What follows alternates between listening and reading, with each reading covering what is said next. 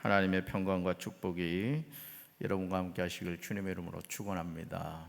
우리 성도들 기도해 주셔서 우리 유치부 교회, 어린이 교회, 여름 성경학교도 잘 마쳤고 우리 청소년교회, 청년교회 수련회도 두 분의 강사님 이렇게 오셔서 우리 아이들에게 큰 은혜를 끼쳤습니다. 수고하신 우리 전도사님들, 또 부장님들, 또 교사들, 또 뒤에서 기도와 물질로 헌신해 주신 우리 모든 성도들에게 하나님의 큰 축복이 함께 하실 줄로 믿습니다. 오늘 고린도후서 10장 1절부터 18절까지 말씀으로 주 안에서 자랑하라, 주 안에서 자랑하라, 이런 제목으로 말씀의 은혜를 나누고자 합니다. 저와 여러분이 주님의 일을 하면서 가장 힘든 부분이 있다면 이 권위에 대한 부분일 것입니다. 권위에 대한 부분. 바울은 이 문제에 관해서 이야기하고 있습니다. 사실 바울은 예수님이 세우신 12사도 가운데 들지 않습니다. 예수님은 정확하게 12명의 사도를 세우셨습니다.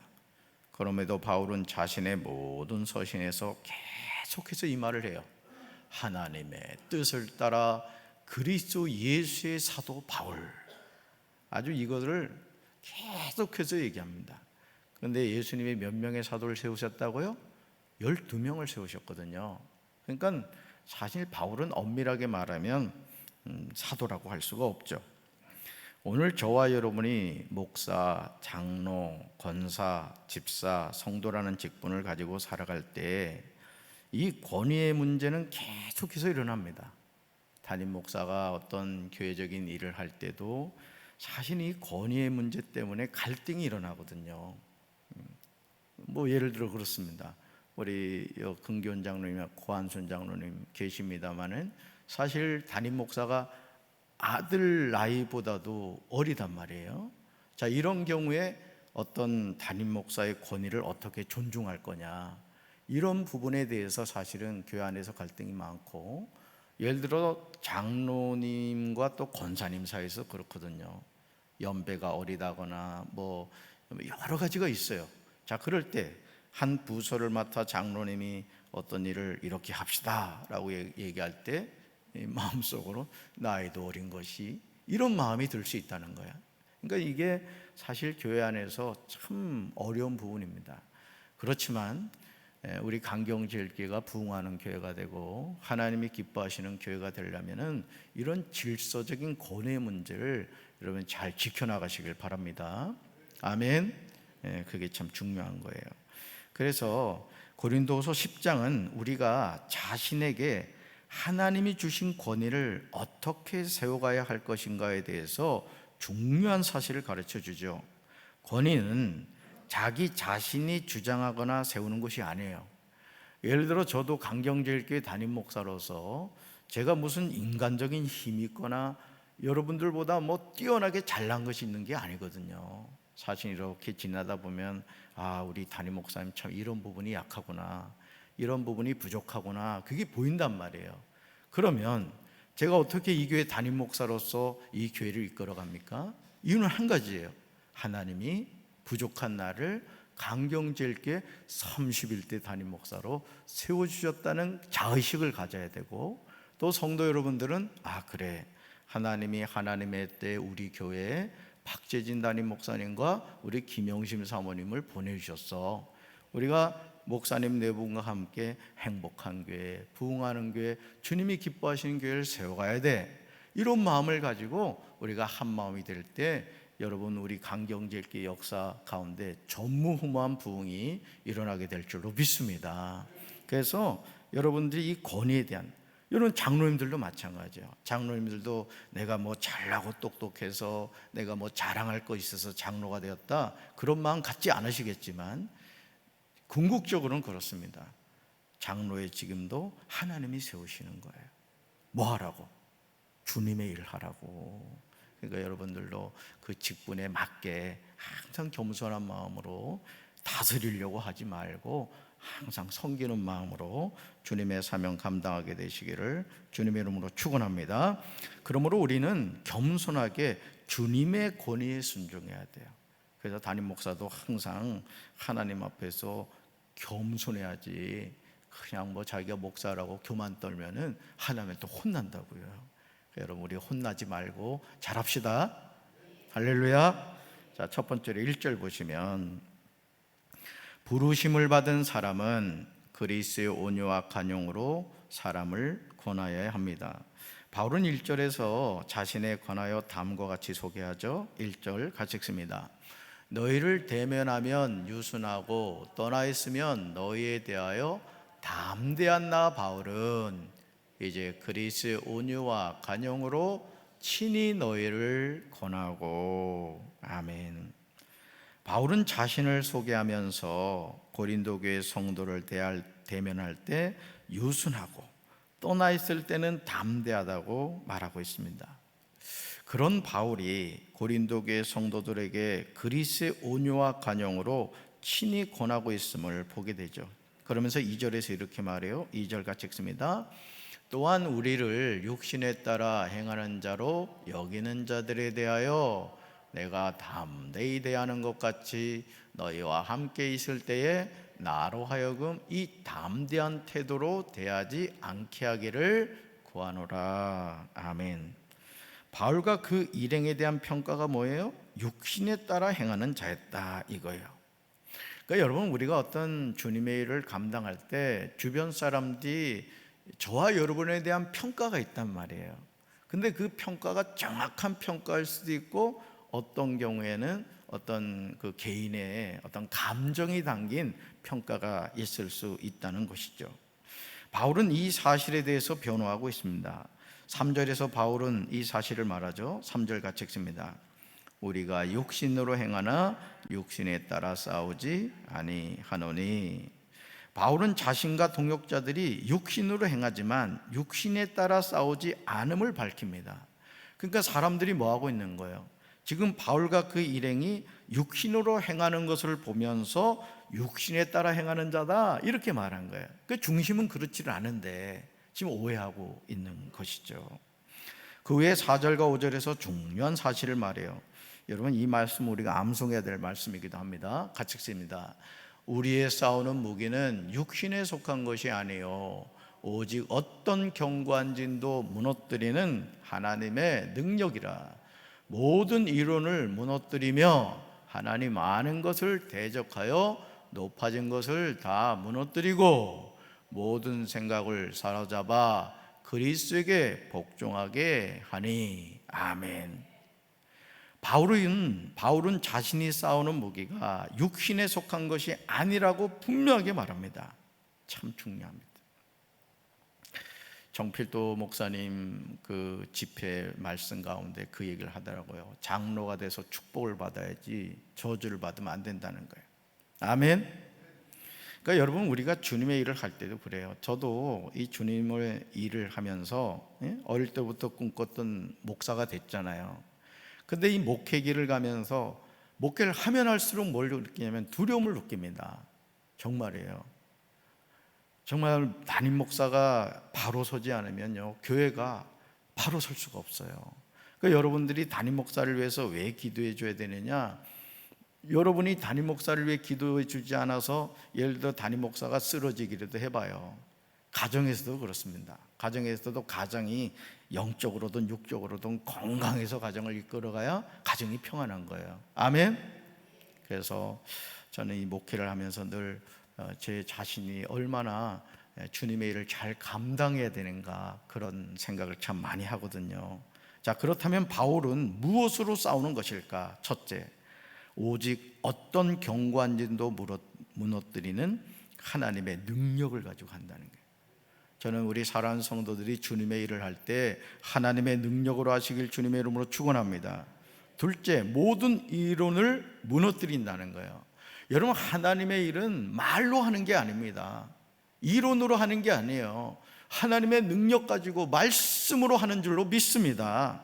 셋째, 하나님 아는 것을 대적하여 높아진 것을 다 무너뜨린다는 것이죠. 여러분, 이 세상의 문화는요, 하나님 대적합니다. 그러니까 여러분들이 드라마를 보더라도 잘 봐야 돼요. 어제도 우리 조현석 권사님 둘째 따님 결혼했습니다마는 정말 오늘 가정이 얼마나 많이 파괴가 됩니까? 이유는 하나예요. 그냥 이 매스컴에서 온통 그냥 가정을 망가뜨리는 내용만 나온단 말이에요. 그러니까 그걸 보다 보니까 어떻게 해요? 그게 그냥 자연스러운 거예요. 여러분 요즘 아이들이요 그 인터넷 게임을 많이 합니다마는 게임 내용이 뭔지 아십니까? 사람 죽이는 거예요 그냥. 그러니까 사람을 게임으로 죽이는데 게임은 어떻게 돼요? 다시 시작하면 다시 살아나거든요. 그러니까 사람을 죽이면서도 그게 죽는다는 생각을 못하는 것이죠. 넷째, 모든 생각을 사로잡아 그리스도에게 복종하게 합니다. 여러분 우리의 생각은 하나님의 말씀 앞에서 순종해야 될 줄로 믿습니다. 내 고집 내 생각 가지면 안 됩니다. 여러분 주님의 일을 할 때 항상 주님의 생각이 뭐냐, 교회를 위한 것이 뭐고 하나님이 기뻐하시는 일이 뭐냐, 이걸 생각을 해야 돼요. 아멘. 그러니까 여러분들이 그걸 늘 놓치지 마셔야 돼요. 이 네 가지를 말하는 후에 6절에서 중요한 점을 말하죠. 6절 같이 읽습니다. 너희의 복종이 온전하게 될 때에 모든 복종하지 않는 것을 벌하려고 준비하는 중에 있노라. 아멘. 바울은 복종하지 않는 모든 행위를 벌할 준비가 되어 있다고 말하면서 그때가 되면 온전히 순종하게 될 것이라고 말합니다. 여러분 우리가 주님의 일은 순종함으로 감당해야 될 줄로 믿습니다. 그래야 돼요. 주님의 몸된 교회는 하나님의 말씀이라면 아멘 하고 순종해야 된다고요. 아멘 하고요. 자, 두 번째로 8절 보실까요? 주님이 주신 권세는 무너뜨리려고 하신 것이 아니라 세우려고 하신 겁니다. 저와 여러분이 가진 약점 가운데 하나는 어떤 일이나 사람에 대해서 외모만 본다는 거예요. 자꾸 외적인 것만 본다는 거죠. 바울은 7절에서 이 점을 말해요. 7절 같이 읽습니다. 너희는 외모만 보는도다. 만일 사람이 자기가 그리스도에게 속한 줄을 믿을진대 자기가 그리스도에게 속한 것 같이 우리도 그러한 줄을 자기 속으로 다시 생각할 것이라. 아멘. 너희는 뭐만 본다고요? 외모만 본다는 거예요. 바울은 누구든지 자기가 그리스도에 속한 사람이라고 생각하는 사람이 있다면 그 사람은 자기가 그리스도에 속한 것처럼 우리도 그리스도에 속한 사람이라는 사실을 다시 생각해 보라는 거예요. 그러니까 여러분 잘 분별하라는 거예요. 아, 이분은 정말 주님의 부름을 받아 주님의 일에 쓰임 받는 분이구나, 이걸 알라는 거죠.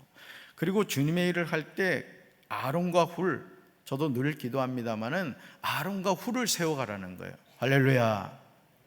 여러분이 어느 부서 일을 하든지 그렇습니다. 그래서 제가 우리 전도사님들한테 늘 하는 얘기 가운데 하나가 뭐냐면, 교회 학교 일을 할 때 절대 전도사님들은 사람을 세워서 일해라, 그 얘기를 해요. 그냥 전도사님이 그냥 다 하겠다고 그러지 말고 사람을 세워서 집사님, 자기가 할 수 있어도 집사님 일 좀 해주세요, 권사님 일 좀 해주세요. 그래가지고 자꾸 사람을 이렇게 훈련시키고 세워가야 돼요. 우리 장로님들도 마찬가지라고. 장로님들도 자꾸 사람을 세워서, 그래서 제가 언젠가 말씀드렸죠. 전 교인의 뭐가 돼야 돼? 간부화가 돼야 돼요. 간부화가 맨날 그냥 여러분 혼자서 그냥 바쁘면 안 된다고요. 할렐루야. 우째 아멘 이렇게 시원찮아요. 아멘. 그래서 자꾸 사람을 세워가야 돼요. 그래서 우리 전도사님들한테 그 얘기 많이 하거든요. 자, 8절을 보시면 바울은 고린도 교회 성도들에게 아주 중요한 사실을 이야기하죠. 8절 같이 읽습니다. 주께서 주신 권세는 너희를 무너뜨리려고 하신 것이 아니요 세우려고 하신 것이니 내가 이에 대하여 지나치게 자랑하여도 부끄럽지 아니하리라. 아멘. 잘 보세요. 주께서 주신 권세는 너희를 무너뜨리려고 하신 것이 아니라 뭐라고요? 세우려고 하신 것이에요. 그 여러분, 주님이 우리에게 주신 권세는 우리를 무너뜨리려고 하는 게 아니라는 거죠. 여러분, 예수님이 제자들의 발을 씻겨 주셨다고 해서 예수님 권위가 깎였습니까? 오히려 더 높아졌죠. 그러니까 여러분, 우리가 하나님의 일을 할 때도요, 겸손하면요 더 높아집니다.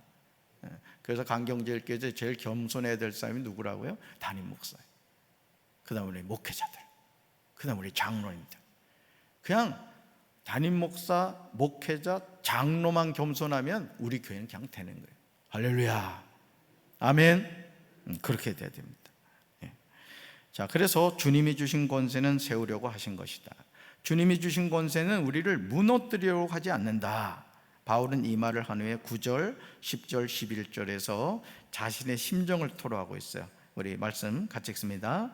이는 내가 편지들로 너희를 놀라게 하려는 것 같이 생각하지 않게 함이라. 그들의 말이 그의 편지들은 무게가 있고 힘이 있으나 그가 몸으로 대할 때는 약하고 그 말도 시원하지 않다니 이런 사람은 우리가 떠나 있을 때에 편지로 말하는 것과 함께 있을 때에 행하는 일이 같은 것임을 알지라. 아멘. 지금 바울에 대한 평가가 두 가지로 나눠요. 그죠? 두 가지로 나눴는데 첫째가 뭐예요? 바울의 편지들은 무게가 있고 힘이 있다 이거예요. 이건 긍정적인 평가예요. 자, 그런데 두 번째 뭐예요? 바울을 몸으로 대할 때는 약하고 그 말도 시원하지 않다 이거예요.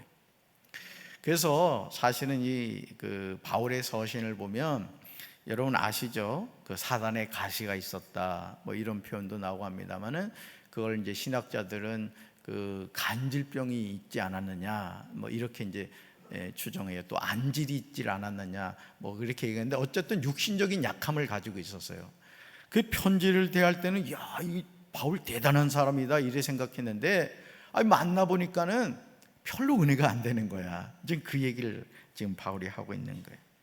이에 대해서 바울은 떠나 있을 때 편지들로 말하는 것과 함께 있을 때 행하는 일이 같은 것임을 알아야 한다고 강조하고 있습니다. 내가 편지 그 내용하고 나 같은 사람이다 이거죠. 즉 바울이 보낸 편지와 함께 있을 때 행하는 일이 같다는 거예요. 바울은 편지가 곧 자신이고 삶임을 밝힙니다. 그러니까 여러분 우리가 참 말한 만큼 행하며 살아간다는 게 쉽지 않지만 저는 우리 사랑하는 성도 여러분들이 말과 행실이 이렇게 일치할 수 있는 그런 삶을 살아가야 되시기를 주님의 이름으로 축원합니다. 그래서 아버지 학교에서 가장 중요한 모토 가운데 하나가 뭐냐면 이 얘기예요. 자식들은 부모님의 얼굴을 보고 변화되지 않는다는 거예요. 자식들은 부모의 등을 본다는 거예요. 뭔 얘기예요? 부모가 말로써 이렇게 해라 저렇게 해라 백날 말해봐야 소용이 없다는 거예요. 부모님이 살아가는 삶의 모습을 보여주면 예배는 이렇게 드리는 거구나, 또 헌금 생활을 이렇게 하는 거구나, 그걸 보면서 자녀들이 이렇게 닮아간다는 것이죠. 저는 우리 사랑하는 성도 여러분들의 자녀들이 여러분의 등을 보고 여러분의 살아가는 삶을 보고 하나님을 만나게 되고 축복된 삶을 살게 되기를 주님의 이름으로 축원합니다. 세 번째로 13절 보시면 분수 이상의 자랑을 하지 않고 오직 하나님이 주신 범위의 한계를 따릅니다. 바울은 12절에서 중요한 사실을 지적하고 있죠. 12절 같이 읽습니다. 우리는 자기를 칭찬하는 어떤 자와 더불어 감히 짝하며 비교할 수 없노라. 그러나 그들이 자기로서 자기를 헤아리고 자기로서 자기를 비교하니 지혜가 없도다. 아멘. 현대인의 성경은 다음과 같이 번역하고 있습니다. 우리는 자기를 칭찬하는 사람들과 같은 사람으로 우리 자신을 분류하거나 비교할 수는 없습니다. 그들은 자기들이 정한 표준에 따라 자기를 평가하고 비교함으로 지혜가 없습니다. 자기들이 정한 표준에 따라 자기를 평가한다는 말을 주목해 봐야 돼요. 바울은 이런 사람들은 지혜가 없다고 말하죠. 그러니까 이게 선입견을 갖고 있는 거예요. 그러니까 여러분이 주님의 몸된 교회에서도 이 선입견을 조심해야 됩니다. 선입견. 그러니까 어떤 사람을 바라볼 때 예를 들어 그렇잖아요. 제가 안경 쓰고 있잖아요. 근데 이 안경에다가 파란색을 칠하면 세상은 어떻게 보여? 온통 파랗게 보여. 빨간색을 칠하면 빨갛게 보이는 거죠. 그러니까 여러분이 누군가를 바라볼 때 또 어떤 상황을 바라볼 때 내가 선입견을 갖고 있지 않는가 이걸 주의해 봐야 됩니다. 그래서 그런 눈으로 누군가를 바라보고 상황을 바라보면 늘 오해하게 되죠. 저는 우리 사랑하는 성도 여러분들이 영의 눈이 열리셔서 바로 바라볼 수 있게 되길 주님의 이름으로 축원합니다. 자, 그렇다면 우리가 어떻게 처신해야 되는가? 13절에 나오죠. 같이 읽습니다. 그러나 우리는 분수 이상의 자랑을 하지 않고 오직 하나님이 우리에게 나누어 주신 그 범위의 한계를 따라 하노니 곧 너희에게까지 이른 것이라. 아멘. 그렇습니다. 분수 이상의 자랑을 하지 말라는 거예요. 즉 하나님이 주신 범위의 한계에 따라 하라는 거죠. 주님의 일을 함에 있어서 자화자찬은 옳지 않아요. 또한 주님의 일을 하는 사람의 자세가 있어요. 자세. 14절 같이 읽습니다. 우리가 너에게 미치지 못할 자로서 스스로 지나쳐 나아간 것이 아니요 그리스도의 복음으로 너에게까지 이른 것이라. 아멘. 바울은 지금 고린도 교회 성도들에게 가서 그리스도의 복음을 전한 것은 한계를 벗어나서 행동한 것이 아님을 밝히고 있어요. 주님의 부름을 받은 사람은 항상 그리스도의 복음을 가지고 나가야 될 줄로 믿습니다. 이번에 이 청년께 이 수련회를 제가 이렇게 보면서 첫날 11시 반인가? 그렇죠? 둘째 날도 이내가 11시 59분에 저한테 전화를 했더라고요. 저는 이미 입신 들어가 있었는데. 그래서 강사님들 참 좋은 분들 세웠구나. 사실 이 강사님들도 세워보면요, 그냥 어떤 분들은 그냥 늘 하던 식으로 툭 던져놓고는 기도도 안 하고 이렇게 가는 강사들도 있어요. 붕해를 이렇게 해봐도 그렇거든요. 근데 어떤 강사님들은 더 열심히 막 기도하시는 거예요. 더 열심히. 그거 보면 은혜를 받거든요, 사실은. 근데 이번 강사님들 보니까 참 좋은 분들이 오신 것 같아요. 그렇죠? 하나님 은혜인 줄로 믿습니다. 우리가 하나님의 일을 할 때도 마찬가지예요. 그리고 여러분들이 주님의 몸된 교회에서 어떤 일을 감당하든지 따라합시다. 모든 일은 그리스도의 복음 때문입니다. 아멘. 그러니까 여러분들이 어떤 일을 하든지 복음이 있어야 돼요. 복음이. 교회가 존재하는 이유도, 우리가 헌신하는 이유도 복음이요. 여러분 안고 없는 찐빵 먹어보세요. 맛이 있나? 그러니까 교회는 항상 뭐가 살아있어야 돼요? 하나님의 말씀, 복음이 살아있어야 될 줄로 믿습니다. 네 번째로 15절이에요. 오직 믿음이 자랄수록 규범을 따라 우리 가운데서 더욱 풍성하여 져야 합니다. 주님의 부름을 받은 사역자들이 조심해야 하는 점이 15절에 나와요. 자, 15절 같이 읽습니다. 우리는 남의 수고를 가지고 분수 이상의 자랑을 하는 것이 아니라 오직 너희 믿음이 자랄수록 우리의 규범을 따라 너희 가운데서 더욱 풍성하여지기를 바라노라. 아멘. 바울은 남의 수고를 가지고 분수 이상의 자랑을 하는 것을 금했다는 거죠. 바울은 성도들이 믿음이 자랄수록 자신이 세운 규범을 따라 그들 가운데서 더욱 풍성하여지기를 원했습니다. 제가 목회하면서 남의 수고를 가지고 분수 이상의 자랑을 하는 모습을 많이 보게 돼요. 그렇죠. 예를 들어서 이 성경학교하고 수련회가 은혜 가운데 잘 맞췄단 말이에요. 그럼 누가 가장 수고를 했겠어요? 우리 전도사님들이 수고 많이 하신 거예요. 우리 부장님 교사들이 수고를 한 거죠. 근데 담임 목사가 가만히 앉아가지고 이번에 여름 성경학교 수련회 때문에 제가 죽는 줄 알았습니다. 여러분이 아무 얘기 안 하지만 속으로 전도사님들이 수고했는데 뭐 한 게 있다고. 그럴 수 있다 이거예요. 그러니까 여러분들이 부서장으로서 어떤 일을 할 때도 그렇습니다. 같이 협력하는 분들에게 공을 돌려야 되는 거예요. 이분들이 수고 많이 해주셨습니다. 그러면 열심히 안 한 사람들은 좀 뜨끔할 것이고 열심히 한 사람은 얼마나 위로를 받겠어요. 저는 우리 교회가 그런 교회가 되어야 될 줄로 믿습니다. 할렐루야. 자, 여러분 16절 보시죠. 16절 보시면 이런 마음을 알 수 있어요. 같이 읽습니다. 이는 남의 규범으로 이루어 놓은 것으로 자랑하지 아니하고 너희 지역을 넘어 복음을 전하려 함이라. 아멘. 그러니까 이게 뭐냐면 무임승차하지 않겠다 이거예요. 그러니까 남이 다 뿌려놓은, 남이 다 수고한 데 가가지고 그냥 차려놓은 밥상 먹지 않겠다 이거죠. 자, 빨간 글씨 보시면 너희 지역을 넘어 복음을 전하려 함이라 그랬어. 그죠? 너희 지역을 넘어. 이거 뭐예요? 너희 지역은 뭐예요? 이미 누군가 수고해서 씨앗이 심겨진 지역을 말하는 거예요. 그래서 나는 거기가 아니라 다른 지역으로 가겠다 이거죠. 얼마나 멋진 고백입니까? 남의 규범으로 이루어 놓은 것으로 자랑하지 않고 남의 지역을 넘어 복음을 전하려는 바울의 도전적인 개척 정신이 정말 귀한 거예요. 그래서 제가 늘 말씀드립니다만 저는 우리 강경제일교회가 부흥할 줄로 믿습니다. 자, 그렇다고 해서 제가 늘 말씀드리잖아요.